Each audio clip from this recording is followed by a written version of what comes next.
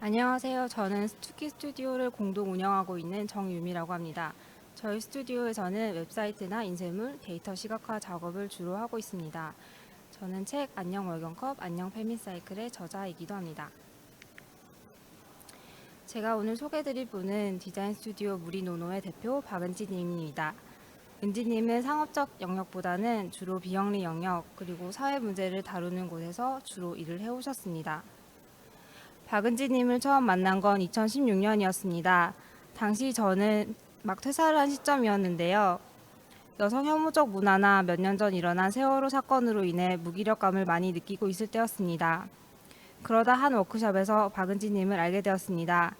그때 은지님이 사회적 문제에 대해서 용감하게 발언하시는 것을 봤습니다. 그 후로도 이슈가 있을 때면 관련 그림을 그려서 올리시거나 또 사회적 문제 해결을 위한 디자인을 지속하시는 모습을 보면서 참 멋지고 용감하신 분이라고 생각을 했습니다. 실제로 은지님의 작업들을 살펴보면 대부분 사회 문제를 해결하기 위한 프로젝트가 많은데요. 저도 사회 문제 해결을 위한 프로젝트를 해봐서 알지만 정말 쉽지 않은 일이거든요. 근데 은지님은 어떻게 이 영역에서 오래 일해오셨을까 궁금해졌습니다. 이번 인터뷰를 통해 은지님께 이런 프로젝트를 지속해온 동기를 물어볼 수가 있었습니다. 은지님이 사회적 문제를 다루는 프로젝트를 하게 된 그 출발점은 은지님 개인의 문제를 해결하기 위해서였습니다. 퀴어 당사자인 은지님은 중학생 때 나중에 부모님이 본인이 퀴어라는 사실을 알게 되면 재정적 지원을 받을 수 없겠다는 사실을 생각하셨고 그에 대한 해결책으로서 일찍이 돈을 벌 수 있는 디자이너가 되어야겠다고 결심을 하게 됩니다. 그런데 돈을 벌고 독립하려고 디자이너가 됐는데 막상 디자인 일을 시작해도 은지님은 생활이 나아지는 것 같지가 않았습니다. 일하느라고 자신을 제대로 돌볼 수도 없다는 걸 느낀 은지님은 그 후 노동권 및 인권에 대한 인지도가 높은 사회 문제를 다루는 영역에서 일을 시작하게 됩니다. 이 시기부터 은지님이 해오신 작업들이 참 많은데요. 이렇게 4가지 정도로 정리해 볼 수 있습니다. 하나씩 소개를 해드리겠습니다. 먼저 민주주의나 정치에 관한 일들입니다. 은지님은 사회 이슈를 다루는 빠띠라는 곳에서 3년 정도 일을 하셨는데요. 이때 은지님은 정말 여러 가지 업무를 하셨습니다. 빠띠의 브랜드 아이덴티티, 리플렛 등 디자인부터 시작해서 빠띠의 웹사이트 및 앱 작업도 하셨는데요. 이 웹사이트는 단순히 회사 소개만 하는 웹사이트가 아니고 정말 다양한 기능을 포함하는 웹사이트입니다. 이 웹과 앱을 기획부터 디자인까지 제작 전 과정에서 함께 하셨다는 점이 정말 대단하다고 생각했습니다. 그리고 이 서비스를 만드신 후에도 팀이나 커뮤니티가 민주적으로 협의를 할 수 있도록 돕는 콘텐츠 디자인도 함께 하셨습니다. 다음으로 소개드릴 작업은 미래에서 온 투표라는 작업인데요. 2017년 대선에서 아동이 직접 대선 후보에게 정책 제안을 할 수 있도록 만든 사이트입니다. 이 프로젝트 웹사이트에 들어가 보면 아시겠지만 아동이 직접 자신이 제안하고 싶은 정책을 쓰고 제안하는 것이 정말 쉽게 가능하도록 설계가 되어 있습니다. 저는 이 사이트가 정말 재밌었는데요. 국민 중에 20%가 아동인데 정책은 아동 당사자가 만들 수 없다는 점을 짚어서 기획하신 점도 정말 재미가 있었고 또 실제로 이 사이트를 통해서 8,700여 명의 아동이 무려 1만 건이 넘는 정책을 제안하셨다는 점도 정말 놀랐습니다. 은지님은 여성과 소수자와 관련 작업도 해오셨는데요. 2017년에는 한 선생님이 성소수자 인권을 학생들에게 가르쳤다는 이유로 사이버 불링을 당한 적이 있었습니다. 이때 은지님은 선생님에 대한 공격을 멈춰달라는 우리에겐 페미니스트 선생님이 필요합니다 캠페인에 참여하셨고 캠페인에 필요한 피켓이나 현수막 디자인을 하셨습니다.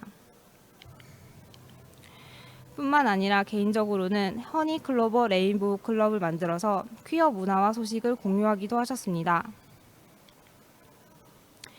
앞서 말씀드렸던 빠띠라는 서비스 그리고 페이스북을 통해서 퀴어 소식을 전하게 되셨습니다. 다음으로 소개드릴 작업은 세월호 관련 작업인데요. 은지님은 세월호 사건을 아카이빙하는 웹사이트 제작에 참여하셨습니다. 저도 세월호 사건 이후에 무기력함을 느끼고 관련해서 아카이빙 사이트를 만들어 볼까 생각한 적이 있었는데요. 그때 지인들과 회의만 몇 번 하고 후지부지 된 적이 있었습니다. 그런데 몇 년 뒤에 이 아카이브 사이트가 탄생한 것을 보고 와, 누군가는 실제로 이걸 해냈다라고 생각을 했습니다. 그런데 이 사이트가 은지님이 작업하신 것이라고 합니다. 이 아카이브 웹사이트에는 당시의 신고 음성 기록과 함께 판결문이 아카이브가 되어 있습니다. 그리고 책임자들이 실제로 처벌을 원하는 만큼 받지 않았다는 점이 잘 나와 있습니다. 은지님은 주거나 정착에 관련한 일러스트 작업도 많이 해오셨는데요. 저는 은지님의 이 차분하면서도 이야기를 상상할 수 있게 하는 그림들을 참 좋아합니다. 놀라운 점은 이 멋진 그림들이 비기슈에 후원하신 그림들이라는 것입니다. 사실 좋은 일 해야지 하면서도 실천하기란 정말 어려운데 은지님은 여러 차례 그림을 후원하신 것을 보고 정말 놀랐습니다. 이렇게 은지님은 사회 문제를 해결해 보고자 소개드린 작업 외에도 정말 많은 작업들을 하셨는데요. 그 과정이 순탄하지만은 않았습니다. 디자이너가 일반적으로 과로하는 경우가 되게 많기는 하지만요. 비영리 영역이나 사회 문제를 다루는 영역에서는 더더욱 좋은 일을 한다는 이유로 과로와 경무가 당연시 되기도 하고요. 또 자본이나 인력이 부족하다 보니 디자인 업무 외에도 많은 일을 해야만 했습니다. 그래서 디자인적으로 완성도 있는 일을 하기는 어려웠습니다. 이러한 환경에서 일을 하시다 보니 은지님은 신체적이나 심리적으로 피로감을 많이 느끼게 되셨습니다. 비영리나 사회문제 쪽에서 커리어를 이어나가는 것이 맞는지 고민을 하게 되는데요. 그러던 중에 2018년에 은지님은 갑상선암을 진단받게 됩니다. 이때가 커리어 6년 차이셨는데요. 커리어를 성장시켜야 하는 때라고 스스로 부추기면서도 납기를 맞추려고 밤을 새는 등 번아웃에 지쳐가던 때에 암까지 겪으면서 지나온 모든 삶이 원망스럽고 한심스럽기도 하셨다고 합니다. 그리고 체력이 많이 떨어져서 예전처럼 일을 할 수 있을지 고민이 많으셨다고 합니다. 그 후에 완치되신 다음 은지님은 개인 사업자로서 일을 시작하게 되시는데요.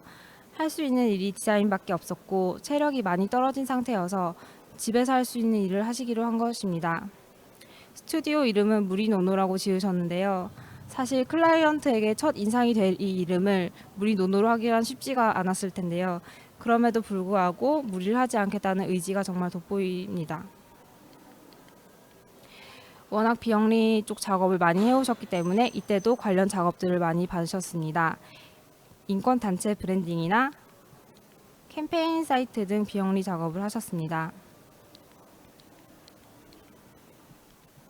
비영리 쪽에서 활동을 하셨을 때 느꼈던 문제점들이 있었기에 늘 해오던 비영리 쪽이 아닌 다른 곳에서 일하는 것에 대한 궁금증이 생겼다고 합니다. 그래서 2020년 상반기에는 여러 회사들의 면접을 보게 됩니다. 주로 강남권에 있는 회사들이었는데요. 강남권 회사에 입성하는 건 쉽지가 않았다고 합니다. 저는 은지님이 기획부터 해야 되는 큰 프로젝트에 많이 참여하시기도 했고 참 잘하고 계시다고 생각했기 때문에 왜 이직이 쉽지 않았는지 궁금했습니다. 그런데 면접관들은 은지님의 포트폴리오를 보면서 상업적인 일을 할 수 있을지에 대한 의문을 표하거나 팀원들과 어울리지 못하고 회사에 문제 제기를 할 것 같은 사람으로 보곤 했다고 합니다. 때문에 은지님은 커리어 설계를 잘못한 걸까라는 절망감을 겪기도 하셨습니다. 그러다 강남에 돈 많은 회사에서 제안이 들어왔고 고연봉의 4대 보험이 보장되는 회사에 다녀보게 됩니다. 이전까지는 회사에서 온갖 일들을 다 했어야 됐는데 새로 다니게 된 회사에서는 디자인만 집중적으로 할 수 있게 되었기 때문에 꽤 만족하셨다고 합니다. 그러나 기쁨도 잠시 4개월 후에 은지님은 사업팀 전체가 부당해고를 당하게 됩니다. 이로써 강남 직장인의 생활도 막을 내리게 됩니다. 요즘은 다른 회사를 찾기보다는 무리노노 생활로 돌아와서 함께 사는 고양이 금동이와 함께 무리하지 않게 일을 이어나가기 위한 고민을 하고 계십니다. 그리고 그간의 경험을 통해 일에 대한 기준을 만들어 보고 계시는데요. 이 기준들을 공유하면서 발표를 마무리해 보려 합니다. 먼저 작더라도 고정 수입이 생기는 일을 만들자는 겁니다. 작은 금액이라고 해도 생활에 더해지는 안정감이 있기 때문입니다. 저 또한 책을 만들어 팔거나 디자인과 관련 없는 알바를 하면서 고정 수입을 만든 적이 있는데요. 그때 프리랜서 생활의 들쭉날쭉함을 좀 보완할 수 있어서 좋았습니다. 그리고 이렇게 고정 수입이 발생하면 종종 들어오는 말도 안 되는 일을 거절할 수 있는 용기가 생깁니다. 두 번째는 받지 말아야 할 일은 받지 말자는 건데요. 당연한 말인데 참 쉽지가 않습니다. 저 역시 일정이 가득 차 있음에도 돈이다 이러면서 섣불리 일을 받곤 합니다. 은지님은 그러지 않기 위해 클라이언트에게 작업 의뢰 메일 양식을 보내서 프로젝트를 최대한 사전에 파악하고 받지 말아야 할 일은 받지 않도록 노력하고 계십니다. 마지막으로는 체력을 지키며 일하자는 건데요. 적은 비용으로도 물론 클라이언트와 디자이너 모두가 만족할 수 있는 일이 있습니다. 하지만 행복하게 일하기 위해서는 작업 시간을 산정해서 그 시간 내에 집중도를 높여서 일을 끝낼 수 있게 하는 것이 중요하다고 합니다. 은지님은 사회 문제와 관련한 다양한 프로젝트에 참여하여 인권 감수성을 겸비하고 기획부터 디자인까지 할 줄 아는 아주 멋진 디자이너입니다.